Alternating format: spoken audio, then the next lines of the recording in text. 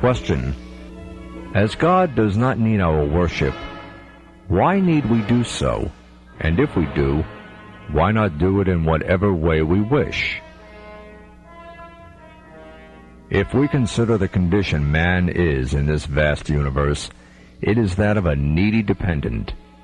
Man is neither omnipotent nor self-sufficient.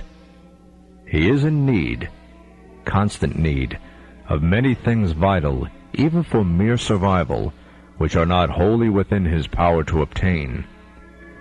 At the same time, he is weak and vulnerable. Many circumstances can arise which can harm him and obstruct and overturn his most cherished and determined purposes. He is beset by worries, illnesses, calamities that can ruin his life's work in a single moment. As against the sheer scale of what is around him, the number and the variety of plants, trees, animals, rivers, and mountains, and the grandeur of the heavens, he is bound to reflect on his own frailty and relative insignificance. That reflection, that profound impression of his own helplessness and smallness compared to the tremendous harmonies and scales of the order all around him, awakens something deeply embedded in his soul, which bids him to acknowledge the divine and to worship. He is bound to consider the existence of some great mysterious power behind or beyond nature, which controls the objects and events around him. Since everything he can observe is patently dependent on some other thing, since everything is transient, nothing he can see or touch can be that which he needs to worship. Rather, both reason and experience lead him to conclude that there is a supreme being, a transcendent will, beyond the visible, tangible harmony of the universe, who guides and controls all things, and who must, therefore, be the goal of his worship. Reflecting more carefully on existence, man notes the all-encompassing lawfulness and order, the uniformity and regularity of things and events, their obedience to an all-powerful will in the universe. He thus realizes that everything has a part in that lawfulness and order, which is its purpose or duty. Being himself just a part, he concludes that his existence cannot be a purposeless accident, but that he, too, must have a purpose and duty to fulfill. Observing existence in its aspect of aesthetic beauty, he finds it excellent to a degree impossible to emulate. From the human form itself to the vigorous, lively beauty of the innumerable forms and colors of the earth, to the glory of the stars and planets, everything calls to his heart, building in it something more than awe, an ardor and longing to know the creator and owner of all this that so thrills and delights his senses and his mind. It is as if everything in this world had been designed and produced elsewhere and then simply put before man for him to marvel at, even as he uses and profits from it. The world is presented to man like a table richly laid with fruits and vegetables and ornaments of every kind for his use and delight.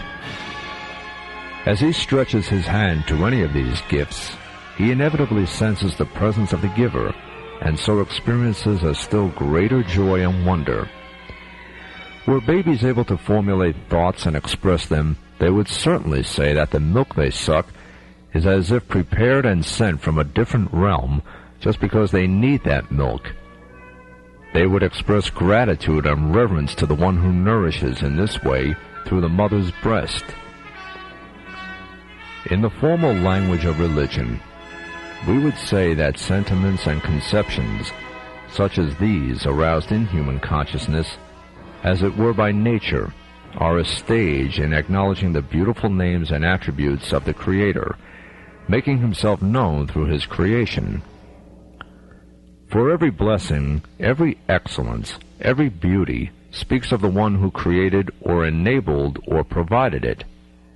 Every system, balance, and order indicates one who established and sustains it.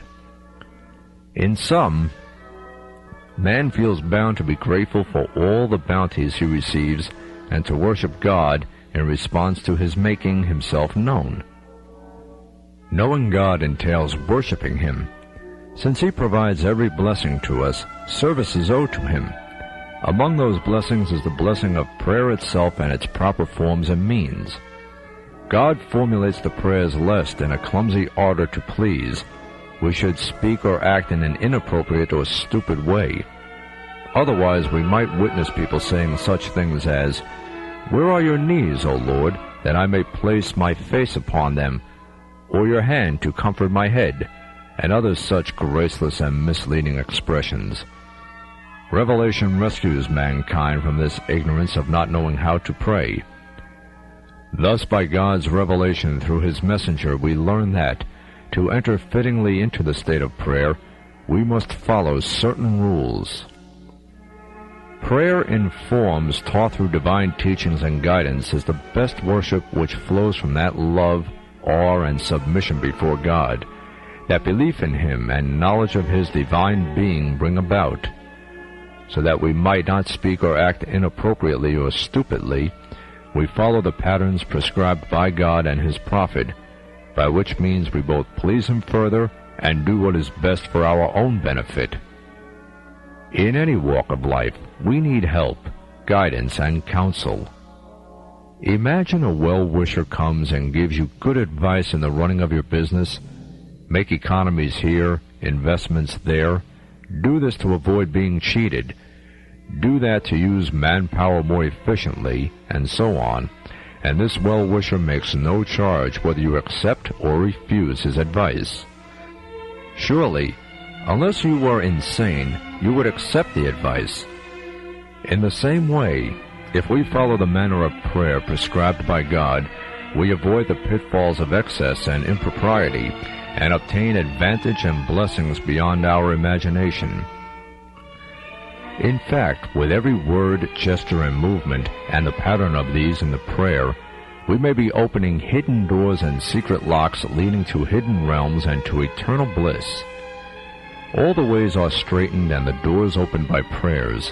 Also, our recitals and supplications are heard in the presence of God, and the angels gather around us when we prostrate with sincerity. No one can claim that such things do not happen. Rather, the sayings of the Prophet Muhammad confirm that they do. That is why the most accepted pattern of worship is the one prescribed by God. When a person buys a machine for his use, he is foolish indeed if, instead of following the instructions that come with it, he makes up his own. Similarly, the Creator knows the best way for us to operate, to prosper in this world and the eternal life hereafter. It is wisdom, therefore, to follow the pattern of worship prescribed by the Creator and demonstrated by His messenger, upon him be peace. It is we who need to worship God, not God who needs to be worshipped. He is free of all need. May He grant us the favor and honor to worship Him rightly and with sincerity.